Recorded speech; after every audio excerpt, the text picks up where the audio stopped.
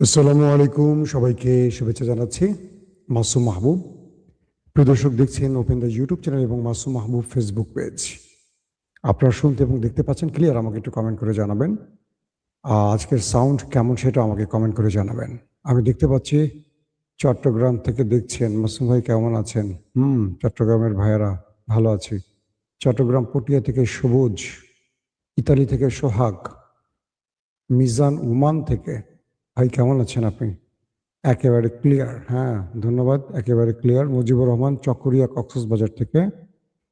কাজী Mahmudul wait করছেন কিশোরগঞ্জ থেকে, Kuwait থেকে। ওকে, তাহলে সবাই দেখতে পাচ্ছেন। রাঙামাটি থেকে, আমি তো কদিন আগে রাঙামাটি ঘুরে এসেছি।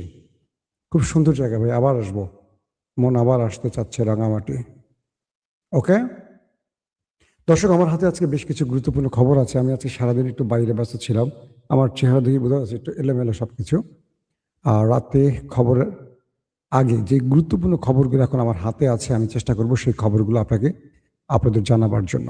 প্রথম কথা হলো মার্কিন যুদ্ধ জাহাজগুলো ইরানের একটি জাহাজকে তুস্কা, সেটাকে সিনেমাটিক স্টাইলে আক্রমণ করে আটক করেছে। এক বাক্যে বলতে পারি, ইরানকে বাধ্য করার জন্য। অর্থাৎ আমেরিকা ইরানকে দুটো ফ্রন্টে খেলতে চাইছে। এক, ইরানের উপর চাপ বৃদ্ধি করছে, অন্যদিকে ইরানের যুদ্ধের ভয় দেখিয়ে ইরানকে আলোচনার টেবিলে বসিয়ে ইউরেনিয়াম ইস্যুতে শর্ত মানতে রাজি করাতে চাচ্ছে। পাকিস্তান এই বিষয়টিতে ইরান এবং আমেরিকার মধ্যস্থতা করতে গিয়ে দুটো বিষয় স্পষ্ট করেছে। একটি হলো, ইরান জানিয়ে দিয়েছে পাকিস্তানকে যে তারা কখনো কোনোভাবেই আমেরিকার অন্যায় আবদার মানবে না। আর আমেরিকার ট্রাম্প চেষ্টা করছে ইরানকে ভয়ভীতি দেখিয়ে শর্তগুলো মানাবে। শর্ত নাম্বার 1 কি? ইরান যেন হরমুজ প্রণালীতে টোল আদায় করতে না পারে। 2, ইরান যেন ইউরেনিয়াম আমেরিকার হাতে তুলে দেয়। সীমিত না, তুলে দিতে হবে। 3, ইরান তার মিসাইল প্রোগ্রামগুলোকে রেঞ্জ কমাবে। এরকম আরো অনেকগুলো। প্রধান 3টি আমি বললাম। ইরান চাইছে ভিন্ন কিছু। ইরান বলছে যে আমরা ইউরেনিয়াম ইস্যুতে, আমেরিকা যেটা বলছে, যে আমেরিকা বলছে 20 বছর ইরান তার নিউক্লিয়ার প্রজেক্ট নিয়ে কাজ করতে পারবে না, ইউরেনিয়াম বৃদ্ধি করতে পারবে না। ইরান বলছে 20 বছর না, এটা হবে 5 বছর। যদি তুমি রাজি থাকো আসো, যদি তুমি রাজি না থাকো তাহলে তোমার যা করার করতে পারো। আমেরিকা শেষ পর্যন্ত 15 বছরে আসছে, কিন্তু ইরান 5 বছরে আটকে আছে। নাম্বার 1। নাম্বার 2, আমেরিকা চীন থেকে হরমুজে আসার পথে, অর্থাৎ চীন থেকে ইরানে আসার পথে ইরানের একটি জাহাজকে অ্যাটাক করেছে এবং সেটার ইঞ্জিন রুমকে মোটামুটি ধ্বংস করে দিয়েছে, এমনটি দাবি করা হয়েছে। এটার সঙ্গে সঙ্গে ইরানের কন্ট্রোল রুম যখন জানলো এই ঘটনাটি, তখন তারা নিজেরাই মার্কিন ওয়ারশিপে যুদ্ধ জাহাজে ড্রোন অ্যাটাক চালিয়েছে এবং সেই ড্রোন অ্যাটাকের পর আমেরিকা সেখান থেকে পালাতে বাধ্য হয়েছে। অর্থাৎ আমেরিকা সেখানে ইরানকে আক্রমণ করে শেষ পর্যন্ত আর টিকে থাকতে পারেনি। 2 নম্বর গুরুত্বপূর্ণ খবর, ইরানের ইস্পাহানে যে অপারেশনটি চালিয়েছিল, এটা নিয়ে কিন্তু প্রতিদিন নতুন নতুন তথ্য আসছে পৃথিবীর বিভিন্ন গণমাধ্যমে। ইরানের বিরুদ্ধে বা ইস্পাহানে নিউক্লিয়ারকে লুট করার জন্য বা চুরি করার জন্য বা হাতিয়ে নেওয়ার জন্য আমেরিকার বিশাল একটা সৈন্যবহর, কমান্ডো বাহিনী, কয়েক ডজন যুদ্ধ বিমান, কয়েক ডজন এক কথা এয়ারক্রাফট নিয়ে প্রবেশ করেছিল এবং ইরান এই বিষয়টি টের পেয়ে তার সকল প্রস্তুতি সম্পন্ন করেছিল। পরবর্তী এই অপারেশনটি যখন চলছিল, মার্কিন প্রেসিডেন্ট ডোনাল্ড ট্রাম্প তিনি ছিলেন সিচুয়েশন রুমে। আমেরিকার এই রুমটি থেকে যুদ্ধের মূল গ্রিন সিগন্যালটি বা নির্দেশ দেওয়া হয় এবং এই সিচুয়েশন রুম থেকেই মূলত রাষ্ট্রের সর্বোচ্চ ডিরেকশনগুলো দেওয়া হয় প্রেসিডেন্টের পক্ষ থেকে। ওয়াল স্ট্রিট জার্নাল, মার্কিন অন্যতম একটি গণমাধ্যম, বলছে যে যখন আমেরিকার কমান্ডো বাহিনী, স্পেশাল ফোর্স ইরানে ঢুকেছিল অপারেশন করতে তাদের পাইলট উদ্ধারের নাম করে, তখন পুরো প্রোগ্রামটি আমেরিকার প্রেসিডেন্ট এবং টপ জেনারেলরা লাইভ দেখছিলেন সিচুয়েশন রুমে বসে। যখন দেখলেন যে মার্কিন বিমানগুলো আটকে পড়েছে এবং ইরানের হামলার শিকার হয়েছে, ইরান তাদেরকে চারদিক থেকে ঘিরে ব্যাপক ধোলাই দিচ্ছে, তাদের একটার পর একটা যুদ্ধ বিমান ধ্বংস হয়ে যাচ্ছে, তাদের গর্বের ফাইটার জেটগুলো ধ্বংস হয়ে যাচ্ছে, তাদের ব্ল্যাক হক হেলিকপ্টারগুলো ধ্বংস হয়ে আশ্রয় পড়ছে, আগুন জ্বলে যাচ্ছে। ডোনাল্ড ট্রাম্প চিৎকার করেছে, কাগজ টাগজ সব ছুঁড়ে ফেলেছে, চিৎকার করে কেঁদেছে। কে বলছে? Wall Street journal.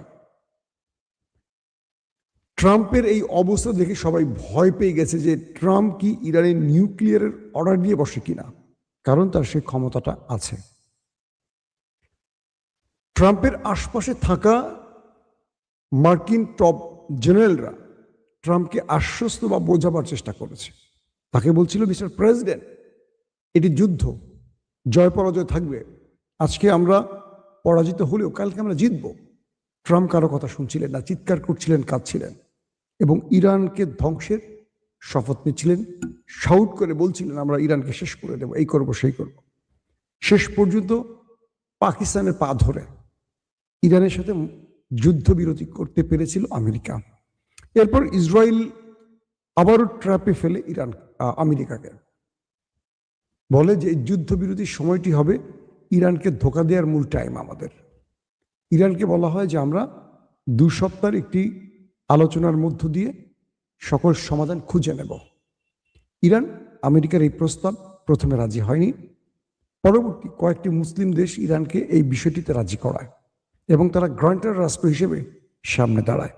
ইরান বলে, আমরা ডোনাল্ড ট্রাম্পকে বা আমেরিকাকে বিশ্বাস করি না, আমরা জানি যে পেছন থেকে সে ছুরি চালাবার ওস্তাদ, তারপরও যেহেতু আপনারা চাচ্ছেন আমরা রাজি।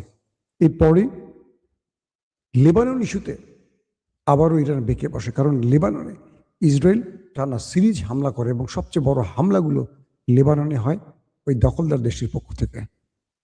পরে ইরান যখন বেঁকে বসে একটা সময়, কোনোভাবেই থামছিল না নেতানিয়াহুর বাহিনী। এরপর হঠাৎ এক রাতে ইরান ইসরায়েলে বড় রকম আক্রমণের চূড়ান্ত সিদ্ধান্ত নেয়।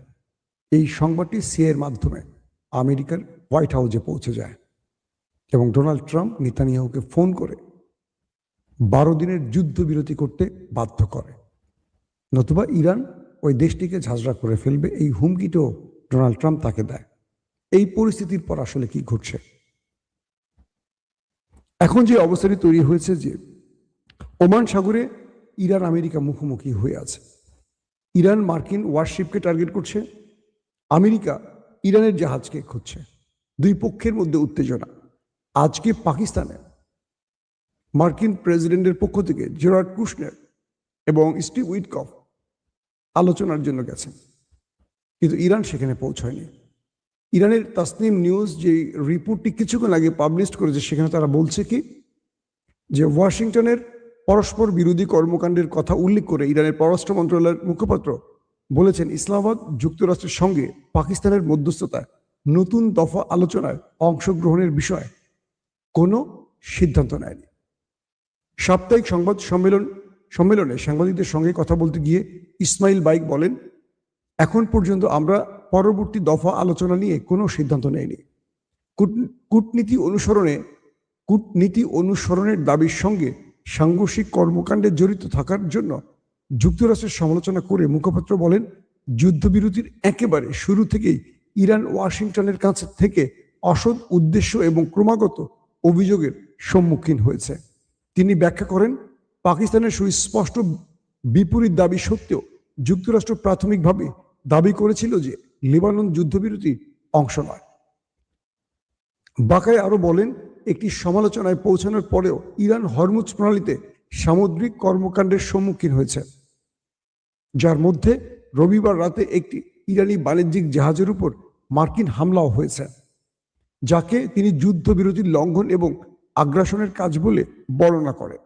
তিনি জোর দিয়ে বলেন যে যুক্তরাষ্ট্র আচরণ তাদের বক্তব্যের সঙ্গে মেলে না এবং এই অসামঞ্জস্যতা পুরো প্রক্রিয়াটির প্রতি ইরানের অবিশ্বাসকে আরো গভীর করে। তিনি আরো বলেন, ইরান তার জাতীয় স্বার্থের কথা সতর্কভাবে বিবেচনা করে ভবিষ্যতের কথা চিন্তা করে। আলোচনার বিষয়ে ওয়াশিংটনের দৃষ্টিভঙ্গি এবং আরো হামলার সম্ভাবনার কথা উল্লেখ করে মুখপাত্র বলেন, ইরান গত বছরের অত্যন্ত ব্যয়বহুল অভিজ্ঞতা উপেক্ষা করতে পারে না। তিনি বলেন, যুক্তরাষ্ট্র 2বার কূটনীতির সঙ্গে বিশ্বাসঘাতকতা করেছে। অর্থাৎ তিনি যে বিষয়টি উল্লেখ করেছেন যে এর আগে যে 2 দফা হামলা হয়েছে ইরানে, তখন কিন্তু ইরানের সাথে আলোচনা টেবিলে ছিল আমেরিকা, এর মধ্যেই হামলা হয়েছে। সবচেয়ে ভয়ঙ্কর ব্যাপারটি হলো কি জানেন, আমেরিকার সামনে এখন ইরান একটি ব্ল্যাক হোল খুলে দিয়েছে এবং তারা বলছে যে আমেরিকা ইরানের সাথে যেই আচরণটি করবে, এবার ইরান তার চেয়ে ভয়াবহ আচরণটি করবে ওদের সাথে। কিরকম? আমেরিকার প্রেসিডেন্ট ডোনাল্ড ট্রাম্প বলেছে পুরো ইরানকে বোম্বিং করে ধ্বংস করবে, বোমা হামলা করে ধ্বংস করবে। ইরান বলছে তুমি যা কিছু করো আমি সেম কাজটি তোমার সাথে করব। এটা আমি পূর্বে বলেছি আমার লাইভে। এবার যে বিষয়টি তৈরি হয়েছে, সেই ঘোষণা দিয়েছে যে যদি ইরানে আমেরিকা কোনো হামলা করে তাহলে গালফ কান্ট্রিতে থাকা ট্রাম্পের বা আমেরিকার কোনো স্থাপনার অবশিষ্ট থাকবে না। এর মধ্যে তারা আরামকো থেকে শুরু করে গুরুত্বপূর্ণ যতগুলো জ্বালানি কেন্দ্র আছে, প্ল্যান্ট আছে, সবগুলোকে উড়িয়ে দেবে এবং পুরো মধ্যপ্রাচ্যে থাকা মার্কিন যত স্থাপনা আছে, শুধু ঘাঁটি নয়, একটিকেও তারা অবশিষ্ট রাখবে না। ইরান বলছে এবার আমরা যে জবাবটি দেব, এটি আমেরিকা কল্পনা করতে পারবে না। এটি মৌখিক কোনো বিষয় নয়, ইরান যা বলে তা করে। কে বলছে? ইরানের রাষ্ট্রীয় পক্ষ বলছে যে ইরান কখনো কোনোভাবে শত্রুর হাতে ইউরেনিয়াম তুলে দেবে না। ইরান 5 বছরের জন্য ইউরেনিয়াম সমৃদ্ধের বিষয়টিকে আলোচনা রাখতে পারে, কিন্তু এর একদিন বেশি হলে ইরান রাজি নয়। পাশাপাশি আমেরিকা যে বলছে ইরানের ইউরেনিয়াম আমেরিকার হাতে বা তৃতীয় পক্ষের হাতে দিতে হবে, এটাতেও রাজি নয়। যদি দিতে হয় চীন বা রাশিয়ার হাতে হয়তো দিতে রাজি হবে ইরান, এর বাইরে কোনো দেশের কাছে নয়। পাশাপাশি ইরান এটিও বলছে আমেরিকা আমাদেরকে যে হুমকি দিচ্ছে, এবার আমেরিকার জন্য আমাদের বক্তব্য হলো যে আমেরিকা গতবার যা কিছু করেছে ইরান তার জবাব দিয়েছে, আর এবার ইরান যে জবাবটা দিতে যাচ্ছে এটা আমেরিকার কল্পনার বাইরে। মানে আমেরিকা এটাকে কল্পনা করতে পারছে না যে কি জবাবটা ইরান দিতে পারে।